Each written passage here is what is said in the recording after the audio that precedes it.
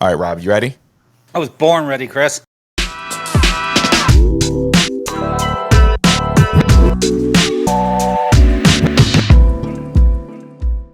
I'm here with Rob Allen, the Chief Product Officer for ThreatLocker.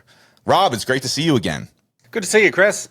Yeah, man, I always love catching up with you. I got to see you at Zero Trust World in Orlando not long ago, which was just an absolute killer event. So, Can I just say, nice T-shirt. thank you. I have about 10 of these. I approve. Yeah, Yeah, they are a quality T-shirt. they are definitely a quality T-shirt. One of my favorites.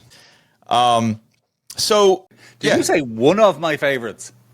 one of my favorites. I kind of want to know what the other favorites are now. The blue one is my favorite. This is the gray. Okay. You mean another ThreatLocker T-shirt? Another ThreatLocker, Oh, of okay, course. that's fine. That's fine. Of That's course. fine. Okay, just checking.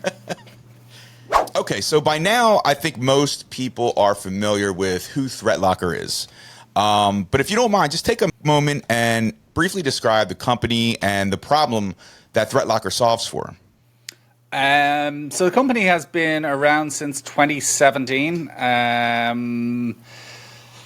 solving a problem that continues to exist, no matter how hard other tools try to solve it, which is that of ransomware, that of data breaches, that of basically cybersecurity.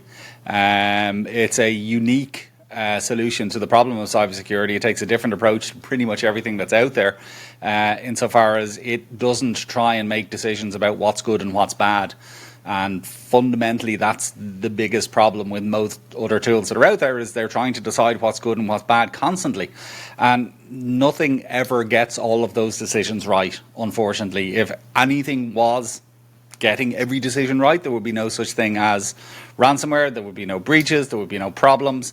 But unfortunately, the evidence daily suggests that that approach doesn't work, or that approach alone doesn't work.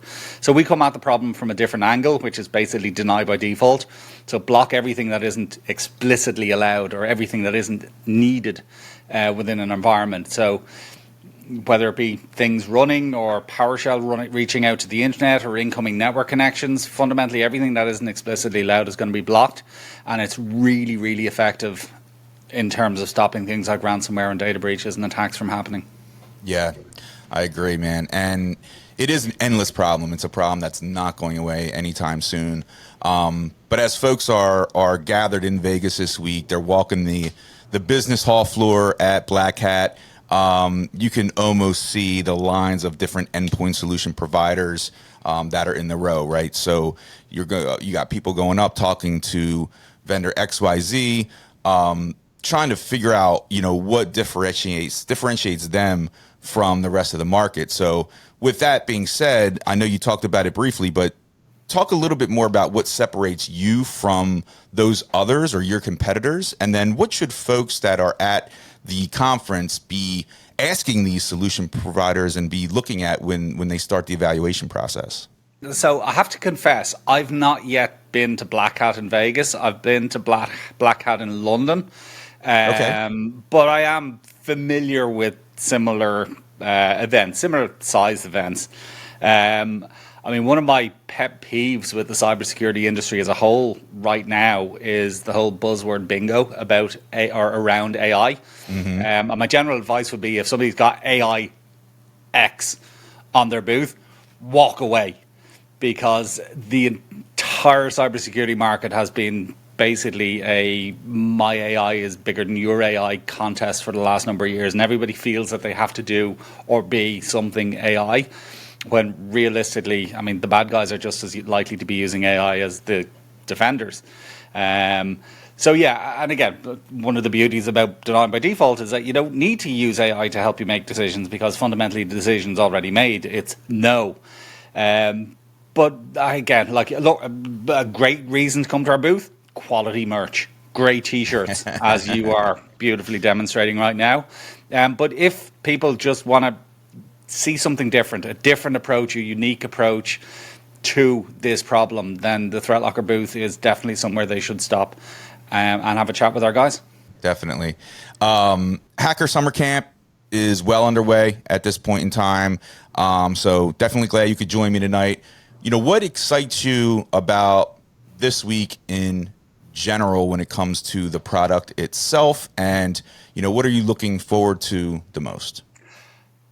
I would really like to be saying I'm looking forward to being there. I'm looking forward to Vegas, but unfortunately, you are here. Technically I'm not, but I am. But I'm also not. I'm going to be in Brazil, believe it or not, by the time this kicks off. So that's basically why I'm not going to be in Vegas, unfortunately. Hi from Brazil, everyone. Look, our team are really looking forward to the event. It's a brilliant event every year. We get have a huge amount of great conversations with people. Generally, good people go to it. Certainly from the European events that I once went to, and the feedback I get from any of our guys who went to the US event last year, they all said it's a fantastic event, great conversations, and again, people, broadly speaking, seem to be interested in the message that we are putting out there, which is, look, there is a different way to approach this problem. There is a different solution to the problems that organizations are having. So come talk to us. Yeah. We'll explain it to you. Check it out. Try it out. See if it works. Got it. Just curious, where in Brazil are you going to be? Sao Paulo. Nice. Yeah, no, I'm intrigued. I've never been, and I'm going to be there twice in the next 2 months. Wow. So I'm not looking forward to the flight, but I am looking forward to seeing Brazil, basically. Yeah. All right, so we just talked about the booths and the business hall. Booth 1933 is actually the one everyone needs to get to. That's you guys. Yes, and then the only booth that matters, really. And then you also had a welcome reception on Tuesday that followed up on a press release that was released earlier in the day. And for the folks here that are on site that weren't able to make it to that event, would you mind going into a little bit about what that press release was about? Sure. Well, first of all, the event was on in Rira, good, solid Irish pub. Just like to say I approve of this choice of venue.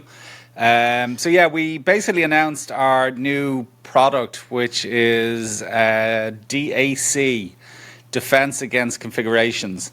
So it's basically an addition to our product portfolio, whereby effectively we will tell people in one central place where misconfigurations are present, misconfigurations occur, because you want to find out about these things before they turn into a breach rather than after they've turned into a breach. So it could be simple things like, 3389 is open on a machine. It could be more complex things like, vulnerabilities and software, whatever the case may be. But basically, this is going to give people a dashboard where they can see misconfigurations, again, before they turn into vulnerabilities. It's about transparency. It's about telling people there's a problem in one central place, rather than them having to go to 50 different places or checking every machine to see, is this port open, is this policy misconfigured, that kind of stuff. So, yeah, it's a really, really useful addition to the product portfolio. It basically tells people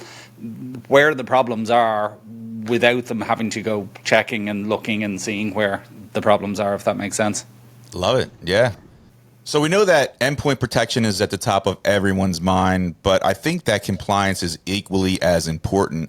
Can you talk a little bit about how DAC solves for the compliance aspect? Compliance is fun, isn't it? But no, I mean, basically it helps effectively it maps its findings to major compliance frameworks, things like NIST, Essential 8, CISA, HIPAA, ISO 27001, all those kind of things. So again, rather than trying to figure things out and map them against the different frameworks, effectively it does it all for you. It'll tell you which things map to which framework. Absolutely. And that is available to existing customers today? Absolutely. Yeah. Nice. All right, man. So the DJ has been spinning all night. He's in full effect. We've been having a lot of fun here. So I'm curious to switch lanes for a second and just, find out what type of music that you like to listen to. And if you could give me, 3 musical artists that are on heavy rotation on the Rob Allen playlist. Okay, this is a tricky one. Okay, I don't listen to as much music as I used to listen to. I basically don't have that much time in my life with 2 kids and a really busy job. So don't have as much time to listen to music as I once did. Any time that I do have, which is basically half an hour here in the morning in the car and half an hour back, generally speaking, is podcasts, trying to get some information into my brain.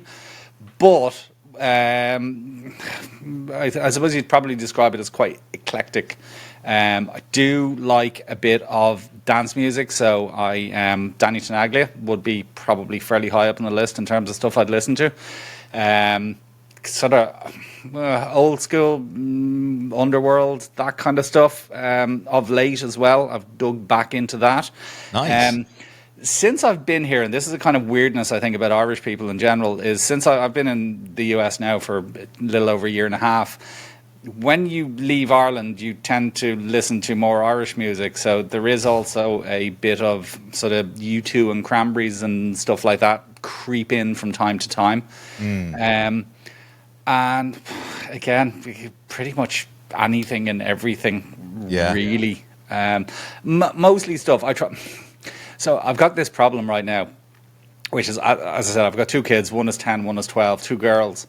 I sometimes might listen to Kendrick Lamar, for example. My daughter has now also started listening to Kendrick Lamar.